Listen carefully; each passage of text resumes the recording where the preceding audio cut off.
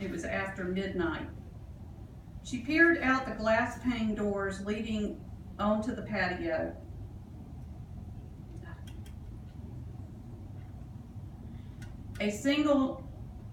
A neat single malt scotch in a crystal tumbler was clutched in her dirty hands.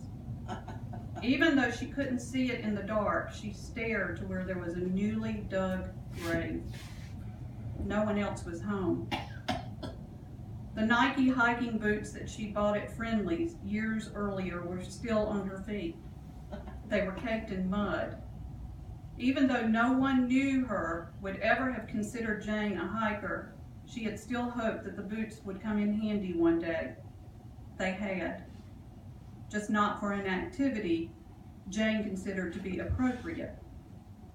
She took a sip of her drink and she closed her eyes as she swallowed the amber liquor. It had come down to this. There was no other way to justify what she'd done. Any mother would have done the same. It was necessary. Miss Croxton pulled her woven cardigan tightly around her. It was chilly. Why was it so cold? She wondered. She decided without much deliberation that it was too late to build a fire. In fact, as soon as her drink was finished, it would be best if she could go to bed and at least try to sleep. There wasn't anything else she could do. It was done. In the morning, she'd call Mr. Croxton and explain. Jane lifted the tumbler to her mouth and slugged the remainder of the scotch in a most unladylike manner and rose from her chair.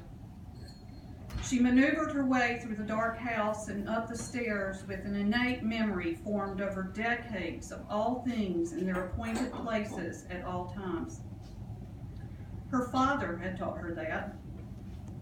She'd been instilled with the importance of having control and never wavering. A real leader never reveals her weakness, he had told her. A real leader pulls herself up by her bootstraps and charges on, her daddy had told her.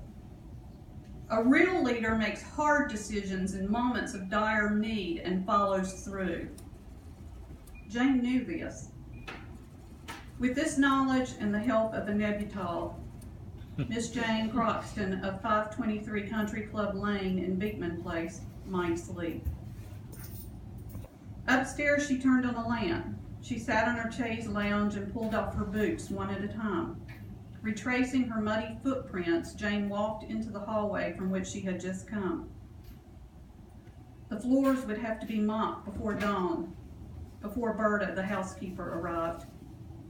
Except for Mr. Croxton, Jane could never discuss this with another soul. No one could ever know. She turned and walked back into her bedroom and went directly to her bed. She didn't remove her clothes. She didn't even turn back the comforter. She just crawled up into the high rice bed and pulled her knees to her body. She lay there staring into the lamplight. She was thinking that she'd take a sleeping pill and turn out the light, but Jane just fell asleep. She awoke minutes before 6. At first, she didn't remember, and then it all came back to her.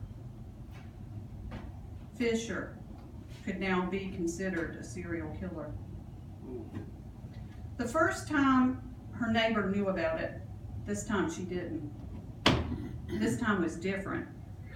This time Jane had covered up his crime. Jane was now part of the lie, an accomplice. She felt sick to her stomach, and she jumped out of bed, clothes wrinkled, hair disheveled, and ran to the bathroom. In the linen closet was a bucket and a sponge, and she kept cleaning supplies upstairs or on each floor for Berta. It was easier on the maid's bad hip, and it reduced her complaining as well. At first, Jane tried to fill the bucket with water from the sink, but the bucket was too big. She glanced around the room and took the pail to the tub to fill with warm water. A hot bath would feel fabulous, but she didn't have time. Berta would be on the bus already. She'd be arriving in minutes. The bucket felt heavy, and Jane realized that her arms were sore.